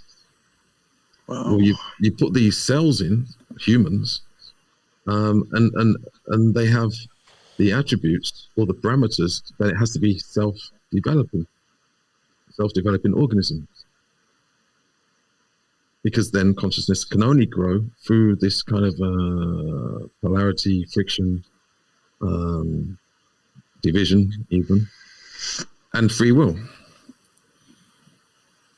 So nature has to say to us, you have the choice to either die as you was born or take the path of self-development. But self-development means self-development. Yeah. Do you see the moon maybe kind of like as a soul recycling machine in a sense? I think, well, yes and no. I think you could interpret it in that way, but I think ultimately it's the extension of the ray of creation. It's the furthest region, and that it's a kind of way of feeding. I think it's indifferent. I don't think it's kind of almost sentient or fully conscious. I think that is the machine. Yeah. Yo, believe it or not, I might have said this before. I truly do think "Welcome to the Machine" by Pink Floyd is talking about the moon. It's crazy, but I really do think that's what they're talking. Yeah. And but I have so I don't know if it's like I do think, in my opinion, I think whatever the moon is, I think it's like the Matrix creator.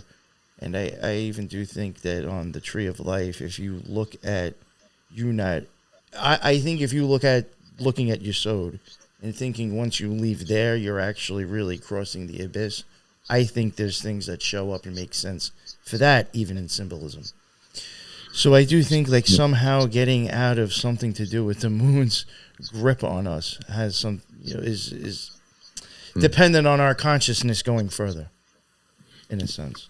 Yeah, definitely. I mean, you've hit the nail on the head. See, Gurdjieff would often use the moon as the representation of mechanicality. So if you look at the magnetic pull or suction, so and also like is that gravity that's actually keeping us down?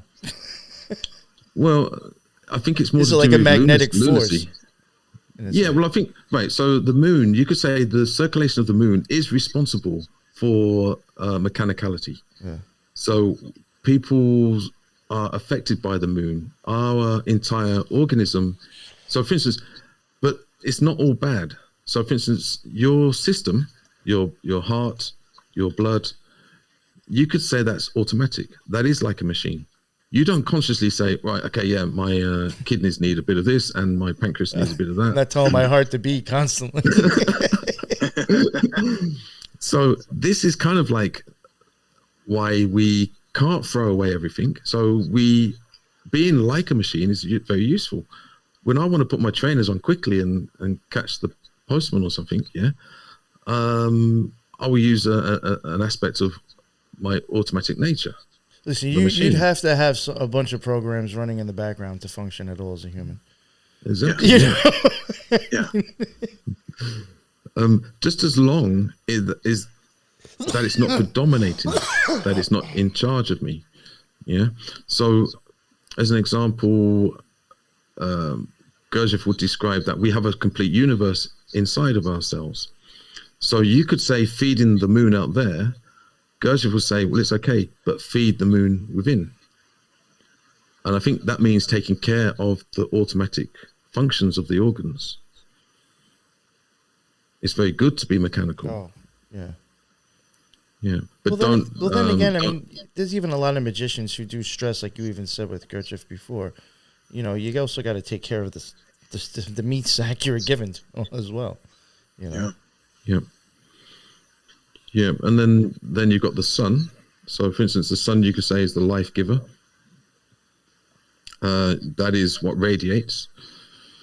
So you could almost say that the sun radiates whatever substances onto humanity. You could say that the moon pulls substances from humanity. So, for instance, you could say that when there's wars, when there's terrible suffering, it's almost like a blood sacrifice to the moon. And it's not a coincidence if you check like lunar cycles in times of war. And you can predict certain things. Now, the dark occult world, they fully understand this. So there will be, you could say that wars and tragedies and stuff like that, they would be based on some kind of sacrifice to something. Wow. Yeah. I'm reminded how, Christianity is kind of sun worship, and then Judaism is the moon god Sin, where the word synagogue comes from. That's why the holidays start in the evening, and Christians go to church on Sunday morning, Yeah. Yeah. I mean, I didn't realize that about the, about the synagogues. That's a really good point too. Yeah, I think if as we all know, once you start digging into the occult, it's everywhere. Yeah. That's really interesting. I didn't know that about like the whole moon aspect with him. Yeah, the moon god Sin, and that's why the Jewish holy days start in the evening. Okay. Yeah, well, I've had, this is very limited, but I have spoke to plenty of different types of Jewish people that practicing, even people with the shit on their forehead, with the boxes and stuff. And they've even told me themselves that if you really get into that religion, there was a lot of Saturn and moon, stuff behind it. Mm-hmm. They've even said that themselves. They said you can't deny that there is not astrology and stuff with the planets involved with it. He's like, you can't deny it. And I was like, makes sense. I believe most religions are kind of based on astrology. Oh, I mean, you have to look. I mean, even look at Hanukkah. I mean, depending on what's going on in the sky, depends on when it happens. Right. Right. or Easter, for Catholics or Christians, depending on how the stars are, depends on when that happens. Yeah. Yeah. So as an example, whatever is as without, so within. So we contain the sun and the moon. In fact, we contain the whole universe inside of ourselves. So when it comes to, say, feeding the moon, Gurdjieff would describe that it's okay to feed the inner moon, but just be careful that you're not being used. Now, it also brings into question and explains why not everybody can awaken simultaneously. If everybody was to awaken simultaneously, if there was to be a great awakening, there would be no food for the moon. So this is kind of why it has to be done in stages through civilizations. So there's kind of peaks and troughs. Also, the analogy that is often used is that if you was in prison, it would be almost impossible for everybody to escape. But it would be quite easy for 2 or 3 or 1 to escape.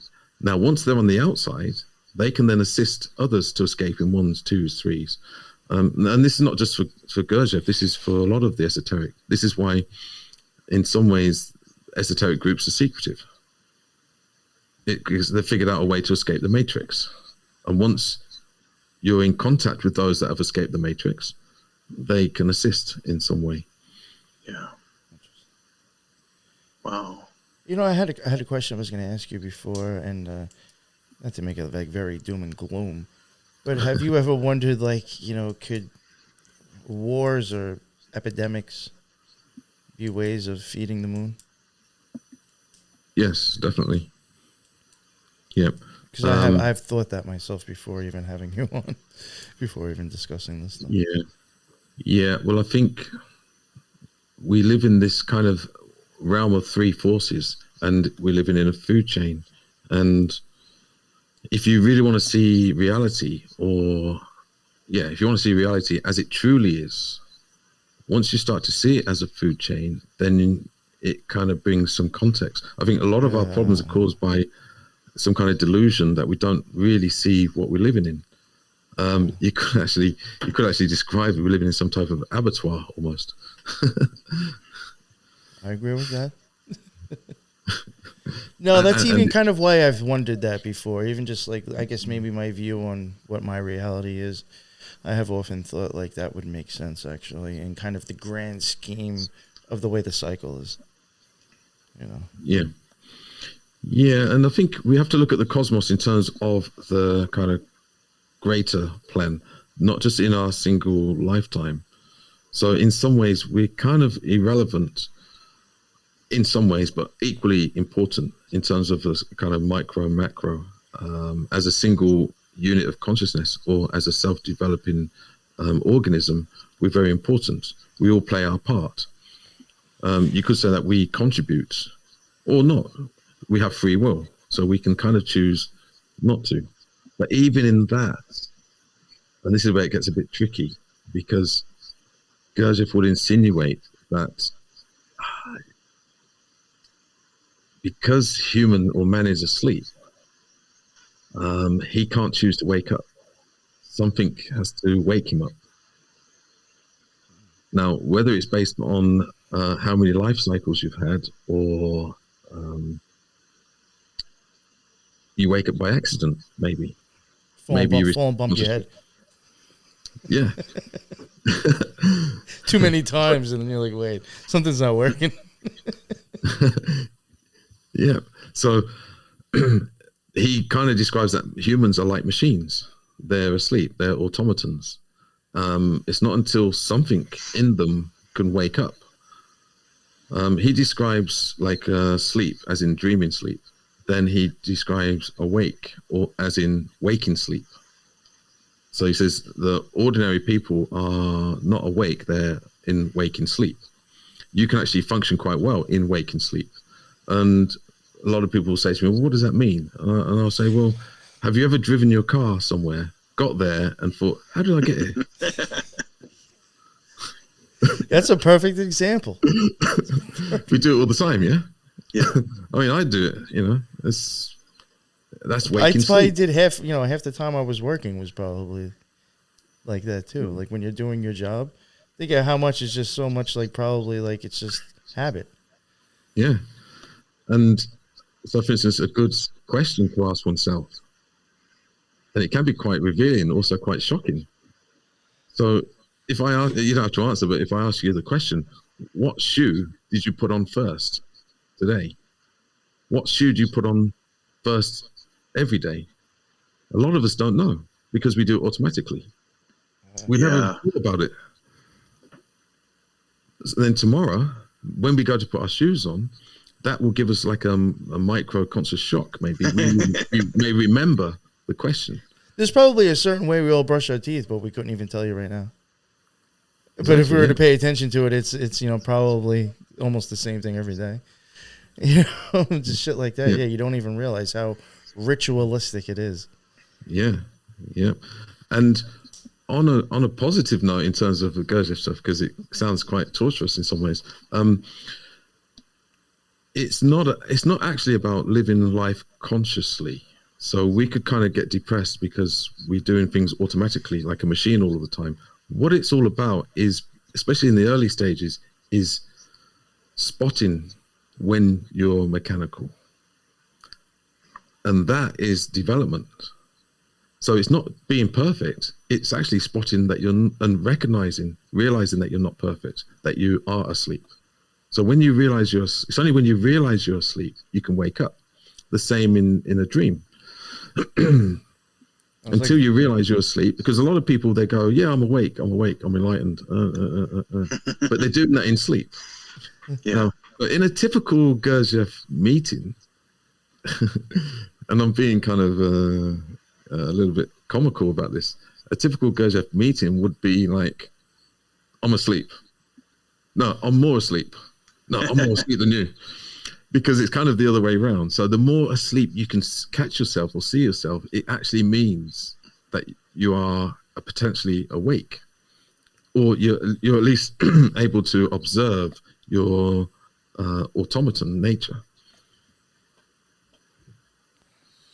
Yeah, and that's what it's all about. It's not about being perfect. It's not about being awake. In fact, it's quite kind of typical. There's been lots of rogues in sort of in the Gurdjieff world. It's not necessarily about perfection. It's actually about, so for instance, you could actually be a conscious rogue in some way, in some twisted way. You become aware of it. Yeah. Well, I think any probably level-headed person that's like really taking this stuff serious. I mean, maybe I'm wrong, but like I would hope that most people realize like perfection isn't an option. You just hope to be better. Yeah. Because as soon as you start thinking perfection's an option, then you'll think you'll know everything, and it's impossible to. Exactly, that's just for me. So, yeah, perfection isn't even. It's not on the table ever. No, and it's not meant to be, because, for instance, if it's unrealistic. If it was so easy, if it was so easy to be perfect, we would stop producing the awareness of the machine or the mechanical aspect. Now, it's that awareness, that spark of awareness that catches oneself being an automaton, is what will shoot the consciousness into wherever it's going to, some laboratory, some whatever. Yeah. Yeah. And that's all we're here to do, to be like maybe spark plugs in a machine. Spark plugs, I like that. Wow. Get a little spark going. But that kind of takes the pressure off, because when we do approach any form of spirituality, there's always this kind of thing about like being like a perfect Buddhist monk or some kind of yogi, or, when in reality, especially with the fourth way, it is about the participation of creation, of being aware of creation, being aware of self, being aware of all the things you do wrong. But it's okay, because that is the kind of lifting of the veil. That's the revelation. And I often say that it's kind of the way of the inner conspiracy. So rather than looking at the conspiracies all over the place, we have to start looking at our personal inner conspiracies, which it can be difficult, it can be tough, but we're going to do it anyway, so we might as well do it consciously. Yeah. You know, something that I've heard David Bowie saying, I think it fits pretty well with this, is that I think they had asked him, like, you know, can you drop some type of like spiritual jewel for us? It was like an interview or whatever. You know, they wanted him to say something, you know, deep before he left. And I think he was saying, like, to really truly be happy and to be able to like be free, he said, you're going to have to like burn down the reality around you. Totally destroy it. And he says, you're going to have to create the world you want to live in with those ashes. He's like, and only until then are you going to be able to be free.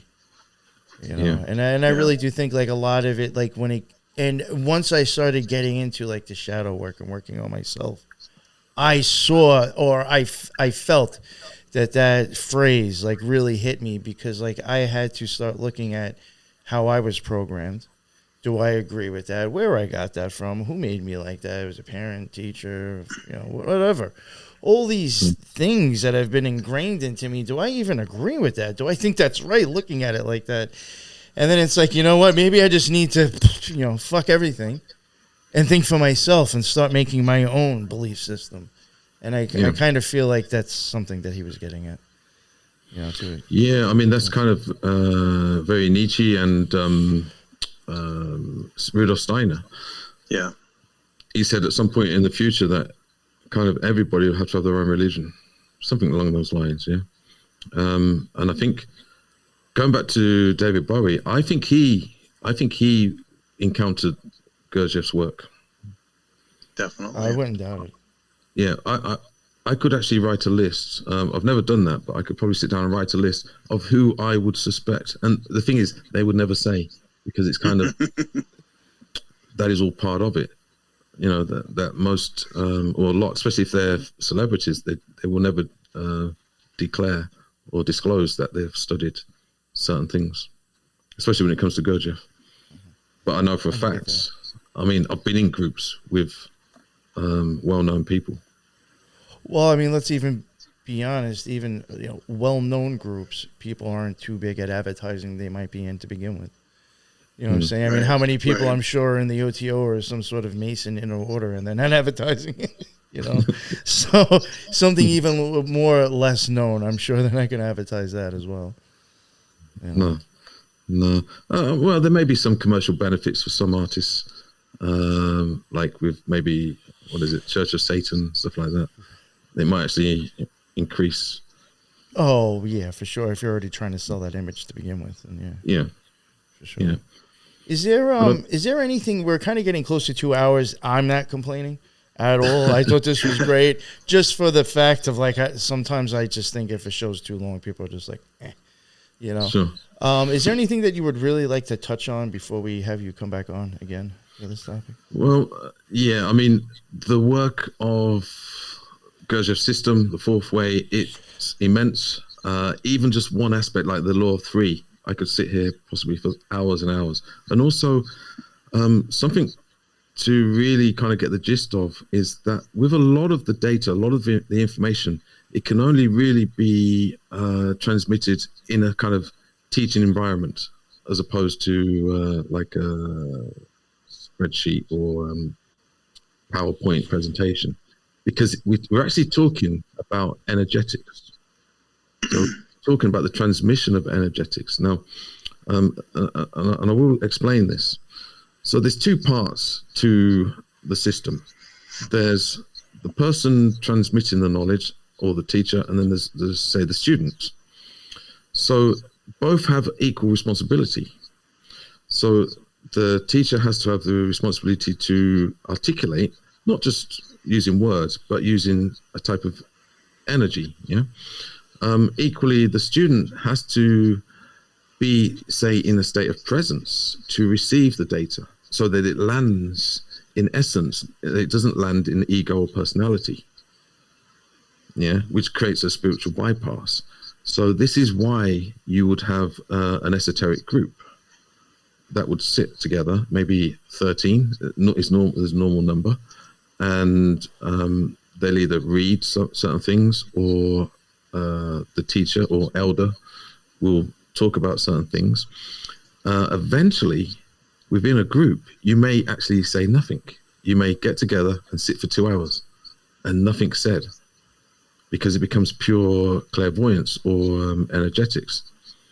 So when I said in the beginning, a lot of people are turned off by the system of Gurdjieff because it's kind of very basic. Ultimately, it becomes the complete opposite. It becomes like super spiritual, but only because there's no ego in it. And I think this is kind of the why there's kind of a few things put as barriers to put people off. It's maybe not to put people off, but it's to put the ego off, because the ego wants to all singing, dancing, bells, whistles, and everything from day one, from the get-go. Bells and whistles from day one. Yo, that's funny. Oh man, real quick. We've all Sorry, go ahead. Go ahead. No, you go. No, I was just going to say, we've all experienced it. I'm assuming we've all experienced maybe participating in groups and things where it's kind of like, wow, yeah. I'm sure I've been there myself. Real quick, and I don't know what made this come to mind. You had mentioned, before we get going, you had mentioned something about I could probably make a list of people that you might think was influenced by him. I don't know what it was. Maybe you said because of like sitting down and just being quiet for a while. Do you think possibly Dr. Stephen Greer might have been influenced by Gurdjieff? If you know who he is. Yeah, I know. Because that sounds like his sea-setting stuff, actually. Really? Well, yeah, they get together, they sit in a circle, they meditate and just sit quiet for a while, and all of a sudden, we got UFOs showing up. Yes. Yeah. So what do they call it? A sea... CSETI. Yeah, I think, or something like that, or C5. The CSETI protocols. Yeah. I was like, I wonder if he got that from Gurdjieff's Let's Sit Down and Meditate and Be Quiet. No, I mean, I'm sure it could just be random, but... Nah, I from what I know, I don't know. No, it's only because I think he understands something that's going on more than the people are meditating, in my opinion, with that whole situation. But that's a total other topic. But all right, I was just wondering if you might have ever thought of that. Thank you, Lee, for coming on. That was, if it was up to me, we'd still be talking. But like I said, I don't want to keep it too long. That was an amazing chat. There was, like I said, I don't know, and I always say this too, I'm not the authority on much of anything. So this was a great learning experience for me. Synthetic PSYOP, thank you so much for coming on, asking questions, jumping in. Since you are the wizard behind the Element server, would you like to promote it?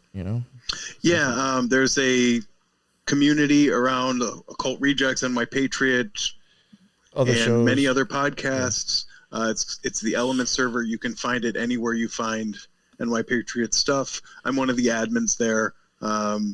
It's just a community. Anybody's welcome to join. Anything from studies of philosophy and magic to memes and everything in between. So come hang out with us. You'll find me there. There's watch-alongs and just philosophical debates and a group of friends. We do live video and voice chats when we can. But no, this was great. Thank you so much, NY Patriot. Thank you, Lee. One Gurdjieff quote, and the thing I always liked about Gurdjieff's work is his thing is kind of do the work, and the quote is never think of results, just do. I like that. Yeah, so do I. Yeah. That is good. Excellent. Thank you. Yeah, no, and thank you again, Lee, and thank you, Synthetic PSYOP. That was an amazing episode. I look forward to episode 2, which I'm assuming will probably drop after this one, the week after. Definitely check out the links in the bottom. There are, I just want to reiterate this. I do say this on my show. There may be topics or certain guests that I have on that may not be safe for every platform. This one I'm assuming was okay, but just want to mention it. So you may be listening on podcasts, and you may have to go to BitChute to maybe see the video if you want to check out the video. And just to let people know who do watch on video, there is podcasts that may have more than I do on video on YouTube, at least. So just want to let people know that. And I do want to reiterate, also check out the Element server. There was other shows in there, like Synthetic Psyop was saying. There is like paranormal, true crime, memes, all sorts of stuff. Other shows. We have the Twin Peaks watch party. Definitely check it out. Sometimes I do drop like stuff in there early if I remember. So, I mean, you do get the benefit of that, I guess. So definitely check it out. The link for that is in the bottom. The link for everything with the that Lee has given me for the Inner Guardians, that is in the bottom. I also highly suggest to check out the other one that I did on my show. If you have not heard that, Synthetic was there as well. Check out that show. And yeah, until the next one, everybody be well. Later.